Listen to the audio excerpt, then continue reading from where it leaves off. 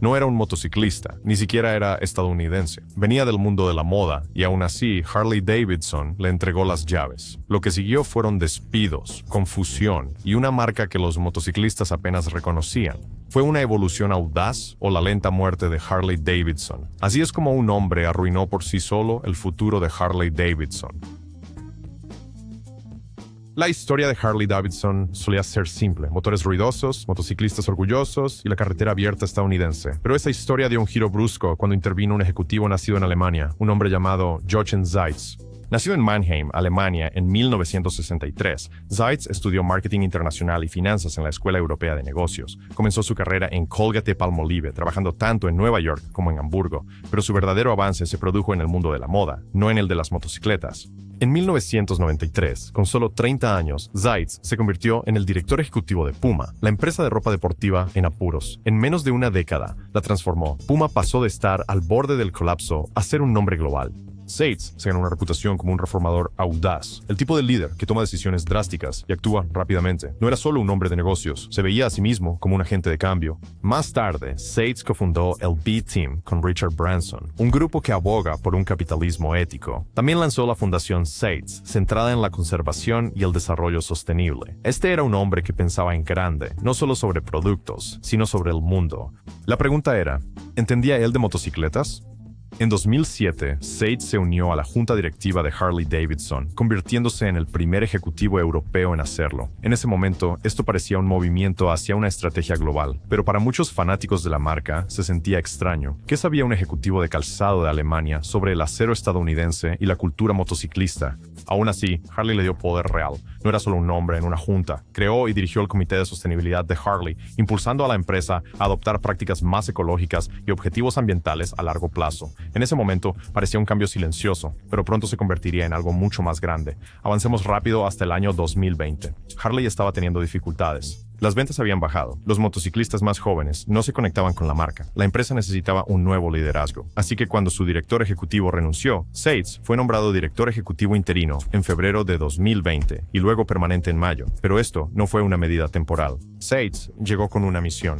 Prometió innovación, transformación, valor para los accionistas. Pero los leales motociclistas de Harley no estaban convencidos, porque desde afuera parecía que Harley había sido entregada a un hombre que no montaba, no era estadounidense y no creció en la cultura.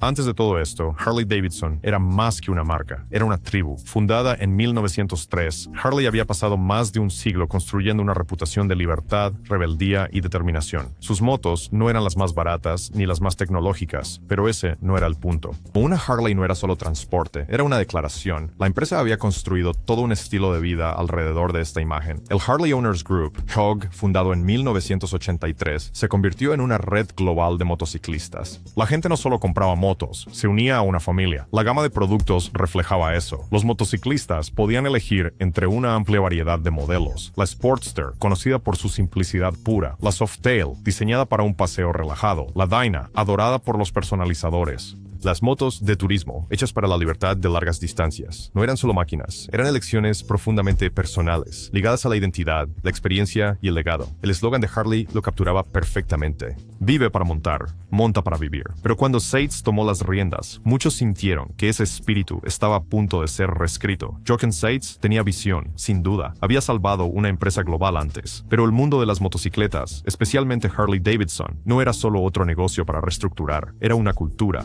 Zeitz no solo trajo una nueva estrategia, trajo una nueva mentalidad. Y para los motociclistas más leales de Harley, ese cambio se sintió como una traición, porque la pregunta no era solo qué planeaba cambiar, sino para quién lo estaba cambiando. Cuando Jochen Zeitz tomó el control de Harley Davidson en 2020, no perdió tiempo con medias tintas. Anunció una nueva estrategia radical llamada el Plan Rewire, una reestructuración de arriba a abajo que, en sus palabras, devolvería a la empresa el enfoque y la rentabilidad. Pero detrás de ese lenguaje corporativo calmado había una bola de demolición. El Plan Rewire tenía como objetivo reducir la complejidad de Harley en un 30%. Eso significaba menos modelos, menos mercados, menos ruido. Zeitz sacó a Harley de 39 mercados globales, reduciendo la presencia de la compañía a unos 50 países de alto potencial. Prometió enfoque, disciplina, simplicidad, pero para los fanáticos globales de Harley no se sentía como una simplificación, se sentía como una retirada, como si Harley Davidson, una vez un símbolo global de libertad robusta, ahora estuviera ondeando la bandera blanca en docenas de países. Luego vino la fase 2, el Plan Hardwire. Presentado como una estrategia de 5 años desde 2021 hasta 2025, el Plan Hardwire era la visión a largo plazo de Dates. Prometía un crecimiento rentable y valor para los accionistas, con grandes apuestas en 3 direcciones: fortalecer las motocicletas pesadas principales como las de turismo y triciclos, invertir en motocicletas eléctricas, expandir Harley en una marca de estilo de vida premium. Para Zates se trataba de modernizar, pero para muchos en la comunidad de Harley sonaba así: reducir la gama, despedir a tus trabajadores, abandonar a tus fans y cambiar el alma de la empresa, todo en 5 años o menos. Las consecuencias llegaron rápido. A mediados de 2020, como parte de la primera ola de Rewire, Harley Davidson recortó 700 empleos a nivel mundial, con 500 empleados actuales despedidos y 200 puestos vacantes eliminados. Departamentos enteros fueron desmantelados. El director financiero fue expulsado. Las oficinas regionales fueron cerradas o reestructuradas. Fue más que una reducción de personal, fue un shock para el sistema. Durante décadas, los empleados de Harley se enorgullecían de construir algo icónico. No eran solo trabajadores, eran parte de un legado, y de la noche a la mañana, a muchos se les dijo que ya no formaban parte del plan. Luego vino el golpe para los propios motociclistas. Zates y su equipo comenzaron a eliminar modelos de la línea de Harley, comenzando con la Street 500 y la Street 750. Estas motos eran máquinas de nivel de entrada, con precios para atraer a nuevos motociclistas, viajeros urbanos, clientes más jóvenes, personas que aún no podían permitirse una bagger de $20,000, pero ahora desaparecidas, descontinuadas, eliminadas. Y con ellas, Harley eliminó efectivamente su propia puerta de entrada a la marca. Para muchos fanáticos de toda la vida, fue desconcertante. ¿Por qué cortar los modelos que atraían a la gente? Para Zates, la respuesta era clara: enfocarse en lo que mejor se vende y cortar el resto. Pero en la práctica, Harley comenzaba a sentirse como un club sin puerta. Dentro de la empresa, la moral se desplomó. Cuando una marca como Harley Davidson comienza a despedir a cientos de trabajadores, la gente se da cuenta, no solo en las oficinas, sino en las fábricas, en los concesionarios, en la comunidad. ¿Qué dice cuando una empresa construida sobre la lealtad empieza a dejar ir a su propia gente? Para muchos dentro de Harley, las acciones de Zates se sentían frías, estratégicas, sí, pero desconectadas de la cultura. La confianza que una vez impulsó la empresa entre la dirección y los empleados, entre los empleados y los motociclistas, comenzaba a erosionarse. Harley siempre fue sobre hermandad, pero de repente empezó a sentirse como una sala de juntas. La repercusión externa no fue mucho mejor. A medida que Harley se retiraba de mercados, descontinuaba motocicletas y reducía su gama de productos, los concesionarios se quedaban preguntándose: ¿a quién exactamente está tratando de vender Harley? Porque esto es lo que realmente estaba sucediendo. Harley no solo se estaba reduciendo, se estaba transformando. El nuevo enfoque era claro: motos de turismo de gran peso, grandes cruceros, triciclos, grandes máquinas caras dirigidas a clientes heredados de altos ingresos. Pero esos compradores estaban envejeciendo y los jóvenes quedaban fuera de su alcance por el precio. Los concesionarios en todo Estados Unidos informaron menos opciones, tiempos de espera más largos y una creciente confusión sobre la identidad de Harley. La empresa había sido conocida por la diversidad en modelos, en los estilos de conducción y la actitud. Pero ahora, la marca se sentía estrecha, incluso cerrada. Los clientes comenzaron a hacer preguntas que Harley no podía responder. ¿Dónde están las motos asequibles? ¿Por qué cada nuevo modelo cuesta $25,000? ¿Para quién es Harley ahora? El problema más profundo no eran solo los números, era la emoción.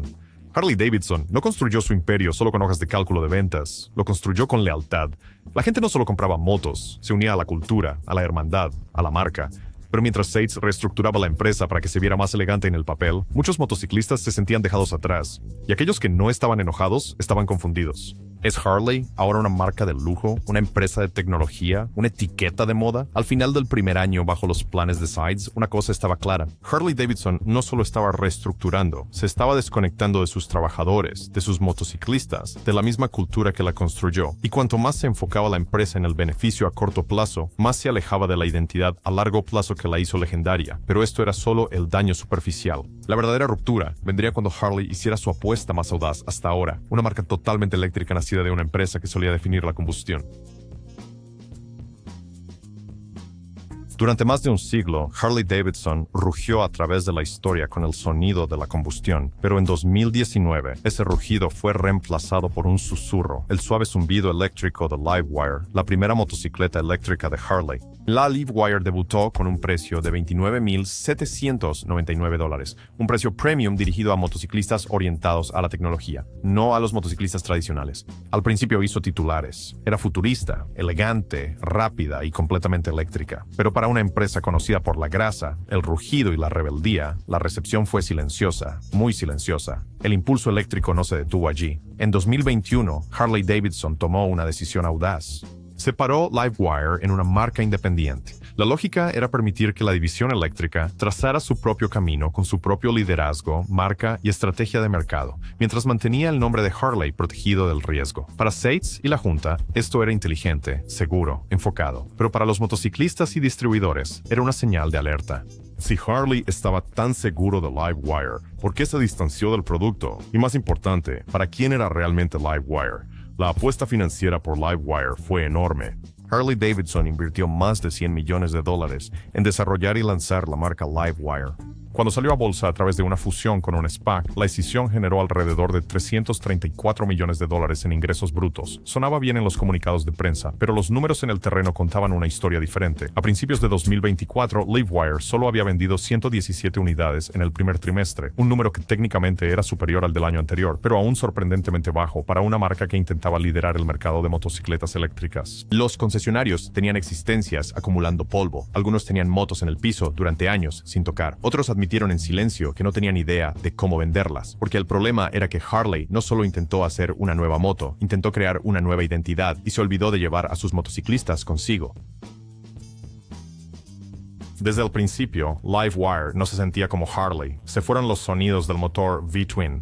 Se fue la estética robusta y masculina. Se fue la conexión cruda entre el hombre y la máquina.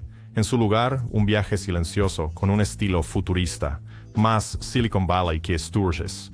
Para muchos en el público principal de Harley, no fue solo un cambio, fue un rechazo. La Livewire no se parecía en nada a lo que los motociclistas de Harley conocían o querían. No hablaba de su herencia, su estilo de vida o sus valores. Y el precio, casi $30,000 antes de impuestos, la hacía sentir aún más inalcanzable, especialmente para los motociclistas más jóvenes. Si eras parte de los fieles de Harley, no solo te quedabas fuera por el precio, sino que te empujaban fuera. Y para los nuevos motociclistas, esos viajeros urbanos conocedores de la tecnología y conscientes del medio ambiente para quienes supuestamente se diseñó Livewire, la marca no resonaba. ¿Por qué comprarían de una empresa conocida por el pasado cuando compañías como Zero o Energica ya hablaban su idioma? Harley no estaba a la vanguardia, estaba atrapada en el medio. A nivel minorista, los problemas se multiplicaron. Los concesionarios luchaban por vender unidades. Muchos no tenían una guía real sobre cómo promocionar una Harley eléctrica. Los compradores a los que normalmente servían, baby boomers, leales de clase trabajadora, cruceros de toda la vida, no tenían interés en montar una computadora portátil. Peor aún, la propia estrategia de marca de la compañía dejó a los concesionarios en el limbo. Livewire era ahora una marca separada, claro, pero aún compartía espacio en la sala de exposición con las Harleys tradicionales. Eso causó confusión. ¿Debería comercializarse como Harley-Davidson o como algo más? ¿Debería un comprador de Livewire tener la misma experiencia que un cliente de Road King? Las respuestas no eran claras, y mientras el inventario permanecía sin tocar, los concesionarios comenzaron a preguntar, ¿qué se supone que debemos hacer con estos? Al intentar proteger la marca Harley, Seitz pensó que separar Livewire reduciría el riesgo, pero en cambio, reveló un problema más profundo. Harley estaba en guerra consigo misma. Para cuando llegaron los números, el mensaje era claro. Harley no estaba construyendo el futuro, estaba quemando puentes. Durante la mayor parte de la historia de Harley-Davidson, la marca proyectó una imagen muy clara, robusta, tradicional y sin disculpas, estadounidense. Pero bajo Jochen Seitz, esa imagen comenzó a cambiar. Poco después de asumir como director ejecutivo, Seitz hizo de la diversidad, equidad e inclusión, DEI, una parte visible de la identidad de Harley. La empresa se unió al índice de igualdad corporativa de la campaña de derechos humanos, obteniendo un 90% de puntuación por la inclusión LGBTQ en el lugar de trabajo. También organizaron campamentos de emprendimiento para personas LGBTQ+, patrocinaron eventos del orgullo y lanzaron capacitación sobre alianza dentro de la empresa. Para Seitz, Era un reflejo del mundo corporativo moderno, inclusivo, con visión de futuro y socialmente responsable. Estaba alineando a Harley con los valores de una nueva generación, pero para la base tradicional de Harley era un terreno desconocido. Estos motociclistas no crecieron asociando sus motos con promesas de sala de juntas o tarjetas de puntuación de diversidad. Crecieron con el sonido de los tubos de escape, la carretera abierta y la idea de que Harley estaba parte de la política, no en medio de ellos. Seitz pensaba que estaba modernizando la voz de Harley, pero para muchos clientes leales, sonaba como si Harley hubiera comenzado a hablar un idioma diferente. Esa tensión no se quedó solo en línea. A mediados de 2024, Harley Davidson enfrentaba una creciente presión, no de activistas que exigían más inclusión, sino de grupos anti-Day que sentían que la marca se había vuelto woke. Una de las voces más fuertes fue la del comentarista político Robbie Starbuck, quien acusó a Harley de darle la espalda a su comunidad principal. Dentro de la empresa también hubo señales de resistencia. Los líderes senior expresaron preocupaciones sobre el cambio cultural de Harley y lo que significaba para la identidad a largo plazo de la marca. Los interesados preguntaron si las nuevas iniciativas estaban ayudando o perjudicando la percepción pública. Luego, en agosto de 2024, la empresa hizo un anuncio dramático. Harley Davidson ya no operaría un departamento de Day.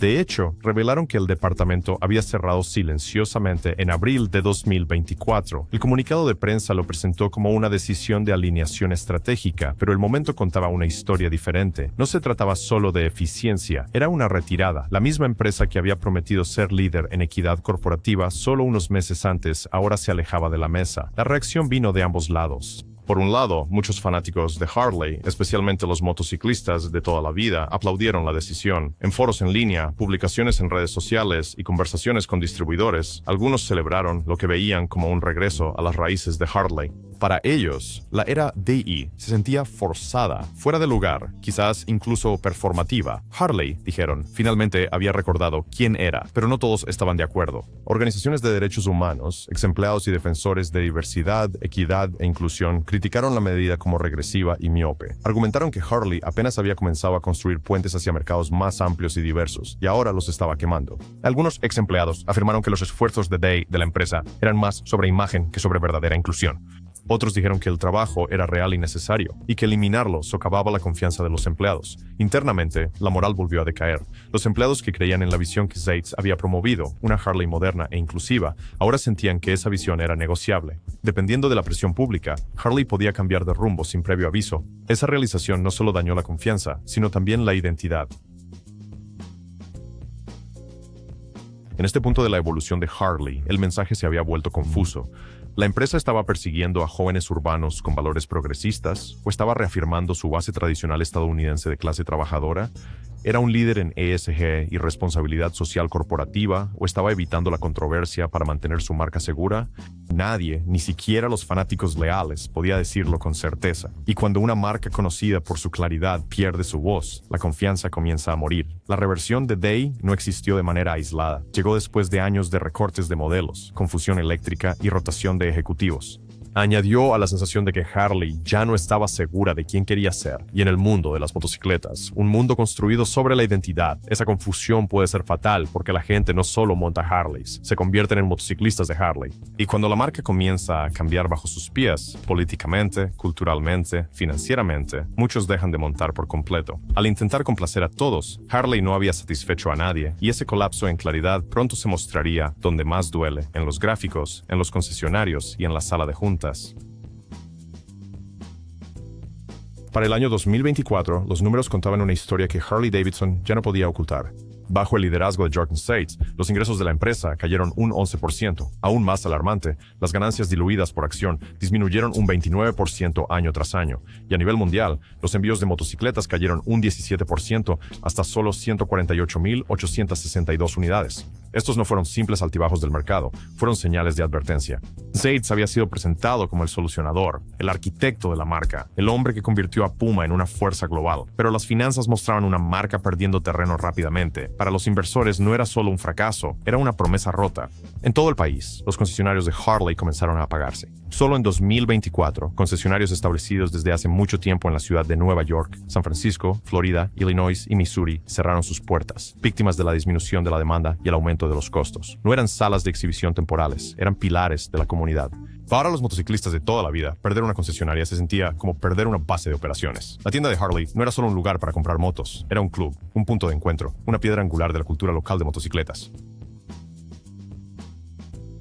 Luego vino la fractura desde adentro. En abril de 2025, el miembro de la junta de Harley, Jared de Duval, renunció de manera pública y contundente. En su carta de despedida, expresó serias preocupaciones sobre la dirección de la empresa, su estrategia y su liderazgo bajo Seitz. Criticó específicamente la dependencia de Harley en el trabajo remoto, diciendo que la empresa había perdido su ventaja, su unidad, su presencia. El motociclismo es visceral, escribió. No es una marca que se gestione por Zoom. Sus palabras resonaron con lo que muchos empleados y motociclistas habían sentido durante años. El liderazgo de Harley se había alejado demasiado de la carretera. Esta no fue una renuncia silenciosa, fue una revuelta cultural. En mayo de 2025, lo inevitable sucedió. Harley-Davidson anunció oficialmente que Jochen Seitz dejaría su cargo como director ejecutivo una vez que se nombrara a un sucesor. La búsqueda de un nuevo liderazgo había comenzado, pero no por éxito, sino por necesidad. Para algunos, se sintió como el fin de un experimento fallido. Para otros, fue déjà vu.